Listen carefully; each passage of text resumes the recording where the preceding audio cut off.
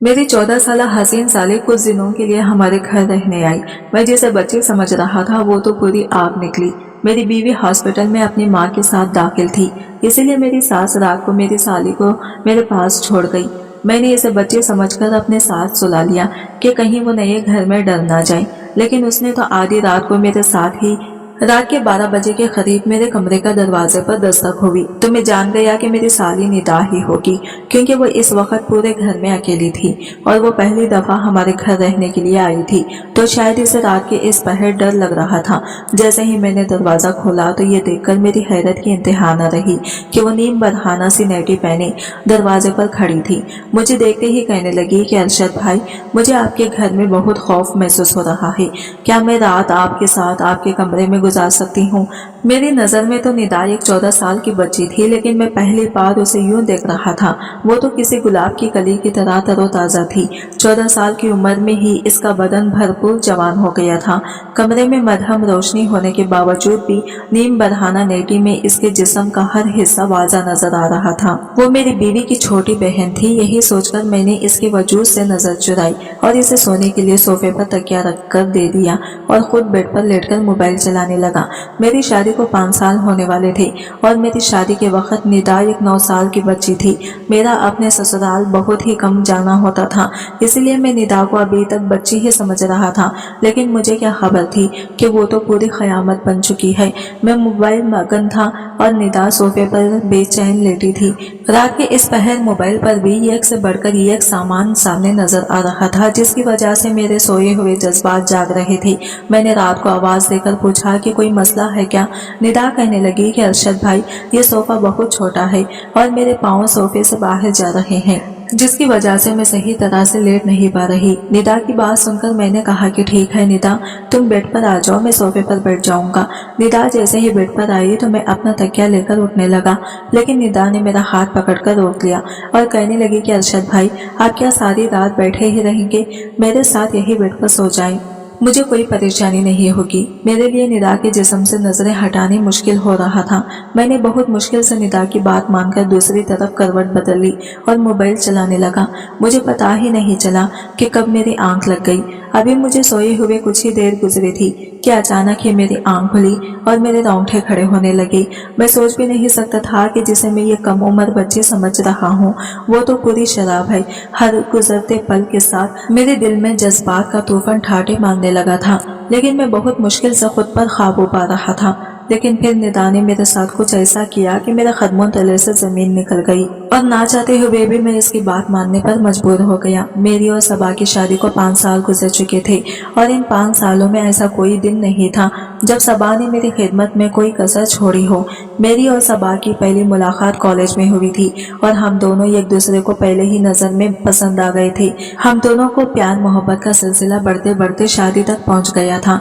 जब मैंने अपने घर वालों को सबा के मुताल्लिक बताया तो मेरी माँ ने यह कहकर इनकार कर दिया कि खानदान से बाहर वो किसी सूरत मेरी शादी नहीं करेंगी। लेकिन मैं सबा की मोहब्बत में इतना आगे बढ़ चुका था कि वापसी का कोई रास्ता मुमकिन नहीं था।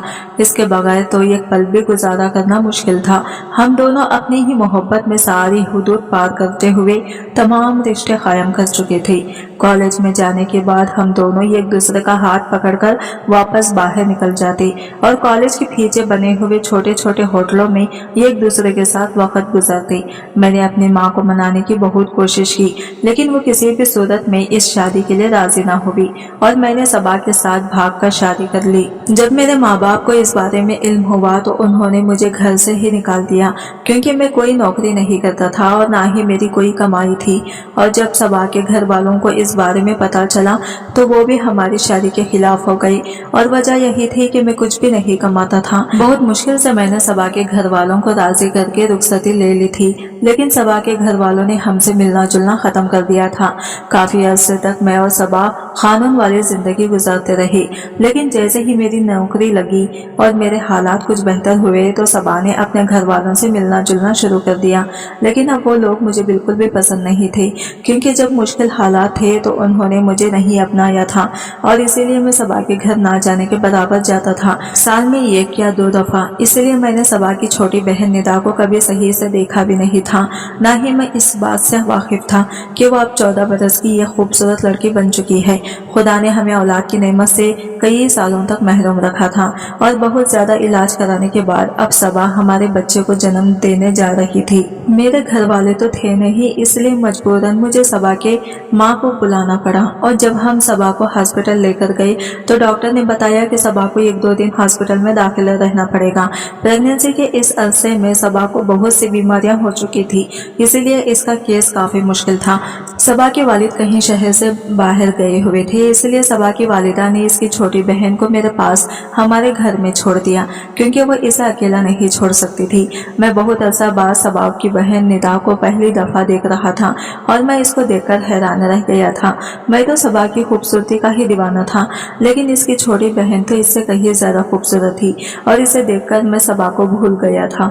निदा ने सबा की गैर मौजूदगी में घर के सारे कामकाज बहुत अच्छे से किए और मुझे बिल्कुल महसूस नहीं हुआ कि सबा घर में नहीं है। इसने सारे घर को सलीके से साफ सुथरा करके सोने की तैयारी शुरू की तो मैं भी अपने घर में चला आया, लेकिन थोड़ी ही देर बाद जब कमरे का दरवाजा पर दस्तक हुई तो मैं जान गया कि निदा आई है। शायद इसे किसी चीज की जरूरत थी, लेकिन मैं इस बात से बिल्कुल बेखबर था कि निदा तो कुछ और ही इरादा लेकर आई है। पहले तो वो सोफे पर आराम से बैठ गई और कहने लगी, मुझे बहुत ज्यादा अकेलेपन में खौफ महसूस हो रहा था क्योंकि यह घर मेरे लिए बिल्कुल नया है, इसलिए मैंने सोचा कि क्यों ना मैं आपके कमरे में ही रात गुजार लूं।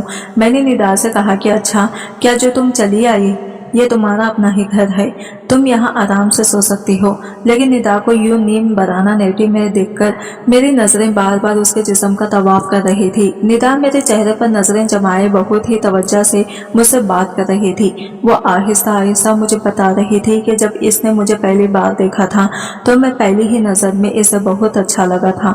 इस वक्त वो सिर्फ 9 साल की थी। वो कहने लगी कि मुझे देखते ही इसे अपनी आपी की पसंद पर रश्क आने लगा और इसे खुशी हुई कि इसकी आपी की किस्मत इतनी अच्छी है। निदा कहने लगी कि इस दिन के बाद से मैंने इसके ख्यालों में बैठ गया था और वो यही तस्वुर करती है कि इसकी जिंदगी में आने वाला शख्स भी बिल्कुल मेरे जैसा ही होगा। निदा मुझसे बात करते करते अपनी नाइटी की डोरी से भी खेलने लगी थी। वो मुझे कह रही थी कि मैं बड़ी बड़ी आंखें इसके जहन में हमेशा के लिए बैठ गई थी। वो कहने लगी कि उसने कई मर्तबा अपने अब्बा से मेरे लिए झगड़ा भी किया क्योंकि वो चाहती थी कि उसके अब्बा मुझे माफ करके हमें अपना लेंगे, क्योंकि वो मुझे दोबारा देखने के बहुत बेचैन थी। मुझसे बात करते करते वो सोफे पर लेट गई और मैं बहुत मुश्किल से उससे नजरें चुराकर अपने फोन में ध्यान देने लगा। कमरे का माहौल अचानक ही बहुत गर्म हो गया था। निदा एक जलती हुई आग थी जो मुझे अंदर तक दहका रही थी। मैं तो उसे एक बच्ची समझ रहा था, लेकिन उसकी जवानी तो किसी को भी दीवाना कर सकती थी। थोड़ी ही देर में वो बेचैनी से करवटें बदलने लगी। मेरा ध्यान बार बार भटक कर निदा के वजूद पर जा रहा था और जब मैंने इसे बेचैन देखा तो मैं पूछ रहा था कि क्या हुआ है। वो कहने लगी कि ये सोफा बहुत ज्यादा गैर आरामदाह है और मैं इस पर आराम से सो नहीं सकती। ये सुनते ही मैंने इससे कहा कि वो बेड पर आकर सो जाए और सोफे पर मैं सो जाऊंगा। वो जैसे ही बेड की तरफ आई तो मैं उठने लगा। निदा ने फौरन ही मेरा हाथ पकड़कर कहा कि अरशद भाई, आपको तकलीफ उठाने की क्या जरूरत है, ये आपका अपना ही घर है। मैं एक तरफ लेट जाती हूँ, दूसरी तरफ आप लेट जाएं। मैंने निदा की बेबाकी देखकर हैरान रह गया था, लेकिन मैं खुद भी आराम करना चाहता था। सारा दिन सबा के पीछे मैंने हॉस्पिटल में काफी भाग दौड़ की थी, इसलिए मैं बेड पर एक कोने से होकर लेट गया और अपना फोन चलाने लगा। निदा की मौजूदगी में अपने जज्बात पर काबू पाना मेरे लिए एक मुश्किल मरहला था जिससे मैं इस वक्त गुजर रहा था। फोन चलाते चलाते भी मुझे कब नींद आ गई मुझे पता भी ना चला और जब मेरी आंख खुली तो मुझे ऐसा महसूस हुआ जैसे कोई मेरे जिस्म पर हाथ फेर रहा हो और जब मैं पूरी तरह होश में आया तो मुझे अंदाजा हुआ कि निदा मेरे बहुत करीब लेटी हुई है और इसकी उंगलियां मेरे जिस्म पर हरकत कर रही हैं। मेरे अंदर एक तूफान सा उठने लगा था। निदा जानबूझकर मेरे जज्बात को उभार रही थी। वो अपनी दिली जज्बात तो बातों बातों में पहले ही बयान कर चुकी थी कि वो मुझे पसंद करती है और अब रात के अंधेरे में वो इस तरह मेरे करीब आकर ये बात साबित कर रही थी कि इसके दिल में मेरे लिए बहुत कुछ था। मैं एक मर्द था और बहुत कोशिश के बावजूद भी मैं खुद को निदा से दूर ना कर सका और मैं भी करवट बदलकर इसके करीब हो गया।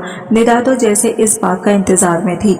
जैसे ही इसे इल्म हुआ कि मैं इसके साथ देने के लिए तैयार हूँ, वो फौरन ही अपने जज्बात मुझ पर लुटाने लगी और मैंने भी इसके हर जज्बे की खूब कदरदारी की। जब हम दोनों अपना मकसद हासिल कर चुके तो निदा ने अपने फोन में मेरे साथ हमारी कई तस्वीर खींची, जिनमें हम दोनों एक दूसरे की बाहों में थे। हम दोनों ही बेहिजाब थे। मैंने निदा से कहा कि इस तरह की तस्वीर फोन में ना ले, लेकिन निदा कहने लगी कि जब मैं उसके साथ नहीं होऊंगा तो वो मेरे साथ इन तस्वीर को देखकर अपने बीते हुए पलों को याद करेगी। मैं उसकी एक एक अदा पर फिदा हो गया था। वो पूरी तरह अपनी जवानी मुझ पर लिटा चुकी थी। उसका नर्म और नाजुक गुलाब जैसा खिलता बदन मुझे मदहोश कर गया था और मैं ये तक भूल गया था कि मेरी महबूब बीवी इस वक्त तकलीफ की हालत में हॉस्पिटल में दाखिल है और वो कभी भी मेरे बच्चे को जन्म दे सकती है। निदा के साथ रात गुजारकर मैं ऐसे मसरूर था जैसे कोई खिलाफ फतह कर लिया हो, लेकिन मुझे क्या खबर थी कि यहाँ से मेरी बर्बादी का आगाज होने वाला था। जैसे ही मैं हॉस्पिटल जाने के लिए निकलने लगा, निदा ने मुझे आवाज देकर रोका और मेरे करीब आकर मुझे अपनी बाहों में भर लिया और मुझे चूमते हुए कहने लगी कि आप जाते जाते मुझे कुछ पैसे दे दी जाए, मुझे बाजार जाना है। निदा की बात सुनते ही मैंने बटुए से हजार के 5 नोट निकालकर निदा के हवाले किए। मेरे हाथों से नोट लेकर इसके चेहरे पर एक मासूम सी मुस्कुराहट बिखर गई। मैंने बदले में इसके होठों को चूमा और घर से निकल पड़ा। मैं सारा रास्ता खुशी से सरशार जब हॉस्पिटल में पहुंचा तो मेरी बीवी सबा की हालत बहुत खराब थी। डॉक्टर ने बताया कि सबा जिंदगी और मौत के दरमियान झूल रही है और वो कभी भी कुछ भी हो सकता है। सबा की माँ भी बहुत परेशान हो रही थी, जबकि हॉस्पिटल जाकर मेरी हालत भी खराब हो गई थी। सारा दिन मैं सबा के साथ रहा, लेकिन सबा की हालत पहले से बेहतर न हुई। डॉक्टर ने कहा कि कुछ दिन सबा को और हॉस्पिटल में रखना होगा। यह सुनकर ना जाने क्यों मुझे अजीब सा सुकून महसूस हुआ कि सबा जितने दिन हॉस्पिटल में रहती, मुझे निदा के साथ वक्त गुजारने का मौका मिल जाता। मैंने डॉक्टर से कहा कि मेरे बच्चे को कुछ नहीं होना चाहिए। डॉक्टर ने मुझे तसल्ली दी। मैं रात तक हॉस्पिटल में रहा और रात के वाक़ये में सबा की अम्मी से यह कहकर घर वापस आ गया कि निदा घर पर अकेली होगी, अब मुझे वापस जाना चाहिए, क्योंकि हॉस्पिटल में सबा के साथ किसी औरत को ही रुकने की इजाज़त थी। इसलिए सबा की अम्मी का रहना बहुत ज़रूरी था। मैं जब हॉस्पिटल से घर वापस लौटा तो निदा बहुत ही खुश थी। इसने बहुत सारे खरीदारी की थी और वो मुझे एक एक करके सारे कपड़े पहनकर दिखा रही थी। इसे मुझसे बिल्कुल भी शर्म महसूस नहीं हो रही थी। वो बहुत आराम से मेरे सामने बिना किसी दुपट्टे के बेझिझक घूम रही थी। इससे कपड़े जिस्म पर इस कदर फिट थे कि सब कुछ वाज़ा नजर आ रहा था। इसका गहरा गिला इसकी खुलती हुई रोनाइयों को झुका रहा था। वो बार बार मेरे करीब आती और मैं अपने होश खोने लगता। अचानक ही वो मुझसे पूछने लगी कि मैं सबा आपी की अलमारी खोलकर देख सकती हूँ क्या? मैंने निदा से कहा कि इसमें भला पूछने की कौन सी बात है, तुम्हारी आपी की ही तो अलमारी है। इसने कहा कि चाबी दे, फिर मुझे। मैंने इसे चाबी दे दी और सबा की अलमारी खोलकर एक चीज देखने लगी और सबा जो कपड़े मेरे लिए रात को पहनती वो निकाल कर मुझे दिखाने लगी और मुझसे पूछने लगी कि इसमें से आप कौन सा पसंद है। मैंने एक छोटी सी नीली रंग की नाइटी पर हाथ रखा और इसे कहा कि ये सबा पर बहुत दिखती है। ये सुनते ही निदा वो नाइटी उठाकर कमरे से निकल गई और जब काफी देर बाद वापस आई तो मेरी आंखें हैरत से फैल गई। वो सबा की नाइटी पहनने से इससे भी कई ज्यादा हसीन लग रही थी। अचानक ही वो मेरे आगे आकर मुस्कुराते हुए पूछने लगी कि ये मेरे बदन पर ज्यादा जच रही है या आप ही पर ज्यादा जचती है।